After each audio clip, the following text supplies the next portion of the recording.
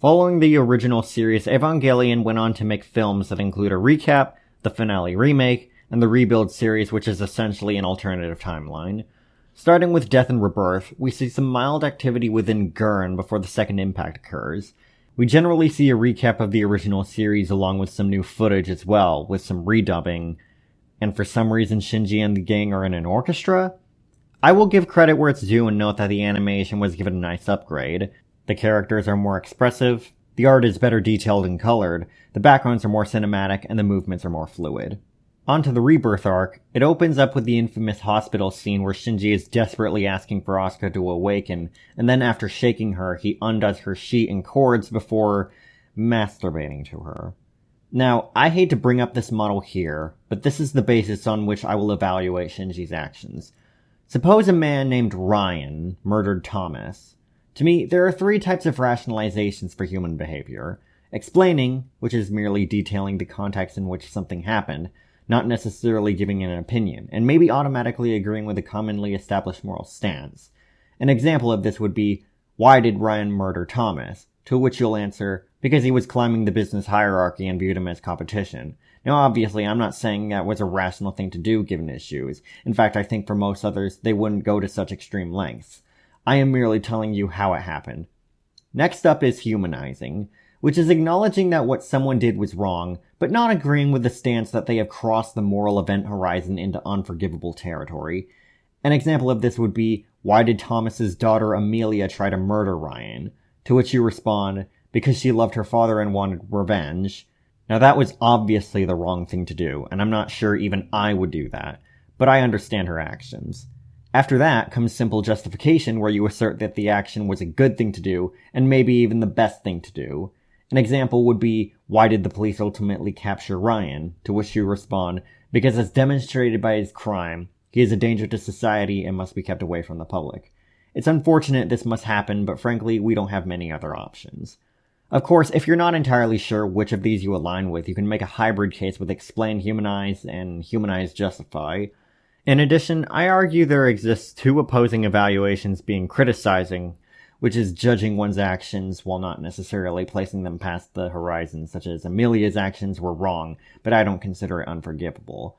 And demonizing, which, as you can infer, is placing someone's actions past that horizon, or at least they would remain in the horizon if they didn't redeem themselves, such as Ryan's decision to murder Thomas was unforgivable, and he should be ostracized by society. So for this case, I am making a humanizing case where I obviously recognize that what Shinji has done is wrong, but I think he gets a bit too much hate for this, and certainly don't think he's crossed the line in this instance, as some might say he has. Aside from his humanitarian record that has saved many people already with his work at NERV, I think that for a 14-year-old boy to undergo everything he has, it's understandable why he couldn't stabilize himself into resisting this urge. That and how he immediately regretted his actions as made clear with, "I'm so fucked up."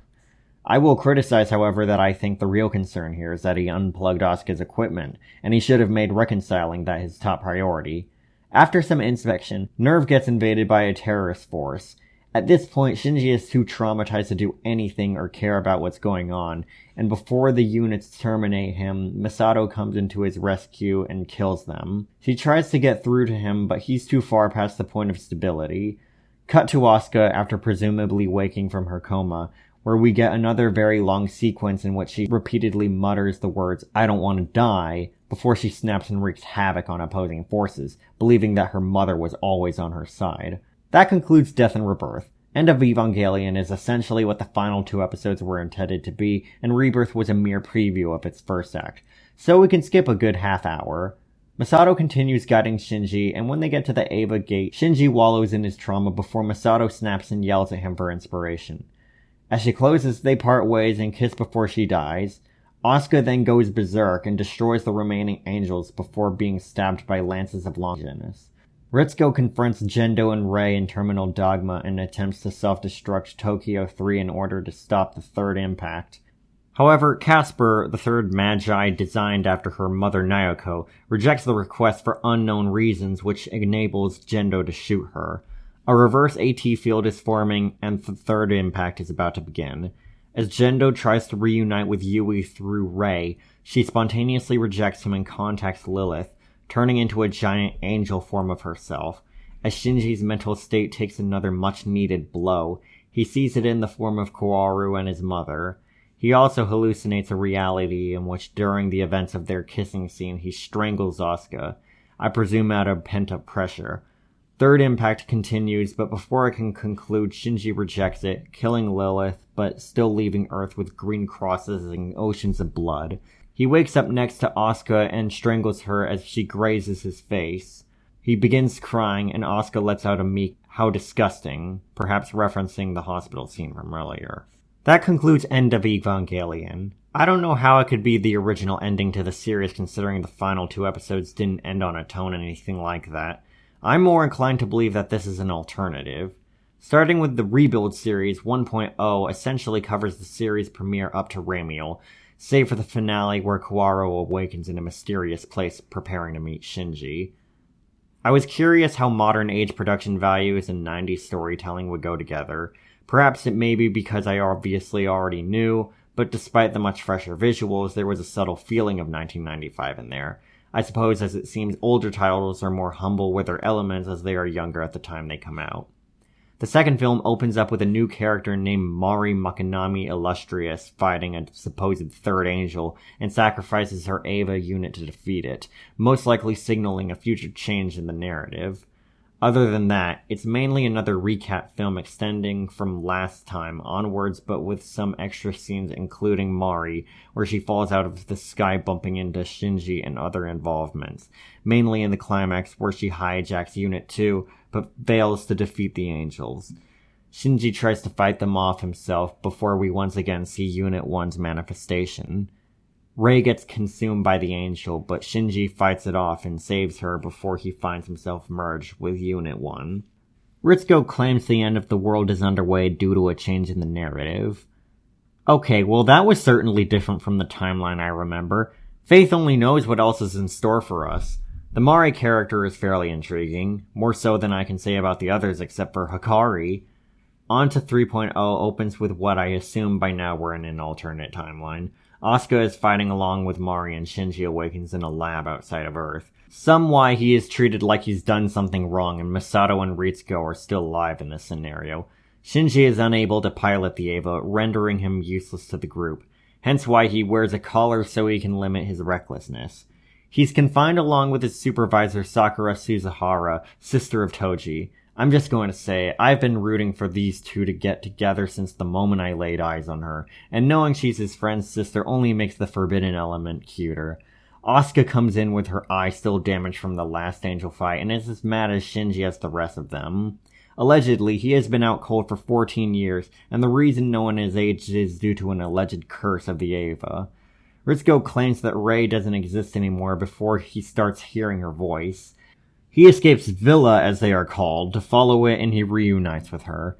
Nerve has been destroyed, and he meets up with Kaworu and his father.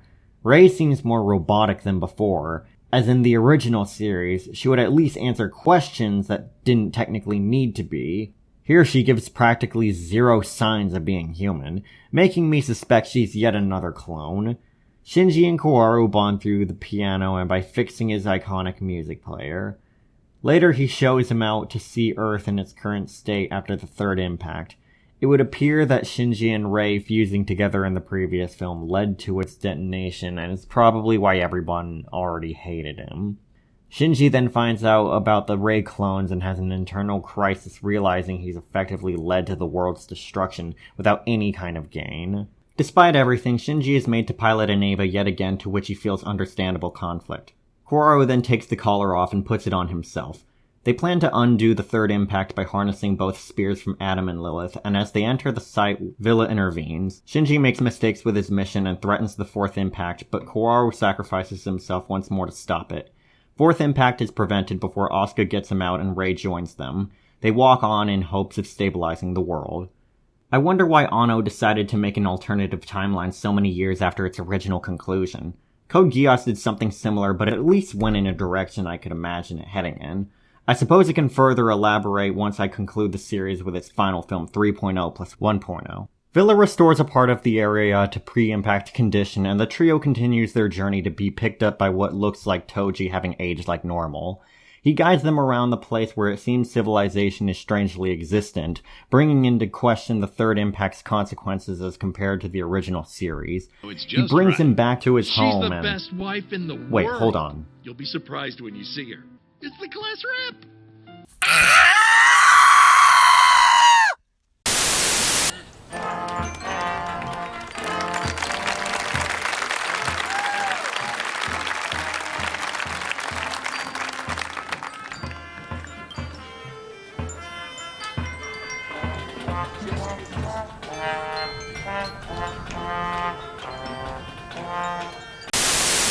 Great to see you, Hikari. I knew you would come back, but I didn't actually believe it. Damn, I hold respect to those who stay committed to their high school sweethearts, but middle is a whole nother story. I hope we get to see you often here. You know, I'm not sure why I'm so excited either, but you know what? Sometimes a person doesn't have to be super deep and thought out to grab my attention. Strange for me to say this, but I guess every now and then we just admire without much reason, similar to when we hate for no reason.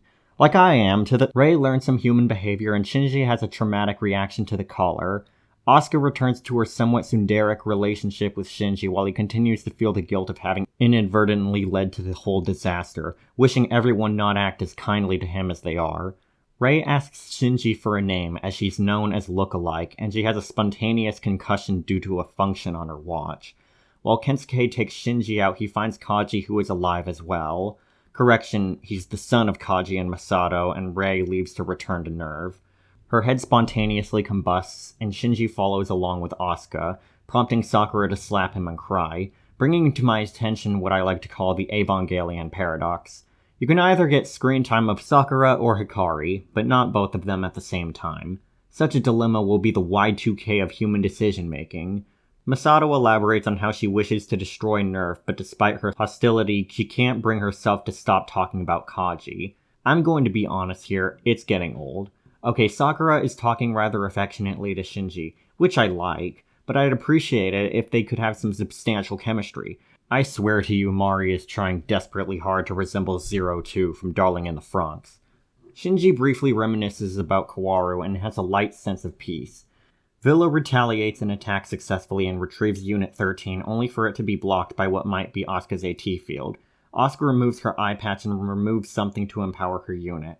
Masato confronts Gendo and Ritsuko shoots at him, though he possesses some kind of superhuman abilities that protects him from dying. Surprisingly, he's willing to stop at nothing to achieve his goals. I do have to ask though, why is he so incredibly motivated to reunite with Yui? He didn't seem terribly distressed when she died, and I know everyone handles trauma differently, but this is absolutely insane. You'd think the prospect of suicide would seduce him quicker, although perhaps his ideological convictions are guiding him as well. He launches a movement to begin the fourth impact and takes Unit 1. Shinji resolves to take him on himself with the collar, and as Midori tries to stop him, angry at him for inadvertently causing the third impact, Sakura aims her gun to protect him. Again, the potential drama's execution here is totally unjustified because both these girls are underdeveloped, despite all the time they've had the chance to prosper. And it could have been good as well, but God, we never got to see the full extent of Midori's resolve, nor any real chemistry between Shinji and Sakura.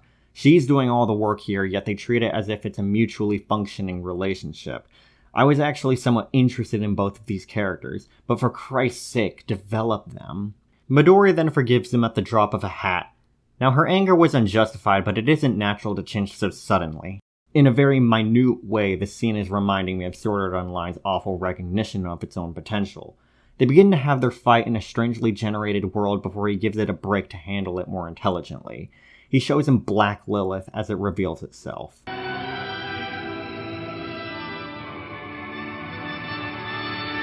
They've done worse. He begins his official endgame, but Masato sacrifices herself to drive another counterattack. Then comes a philosophical flash, which at this point I find myself missing. He can't seem to find Yui, and Shinji asks him about his underlying drive. He explains his poor relationship with humanity until Yui came as a shining light. Once he lost her, he broke and reverted to his previous manner. I must say I'm glad that we got to hear his elaboration of his motives. Somehow he thought abandoning Shinji would be best for him. Asuka has her own self-evaluation as well of social ostracization along with Kaworu. After everything, Shinji vows to recreate the world into one without Evas. He and Rei give their farewells, and following the revision, he and Mari end up together.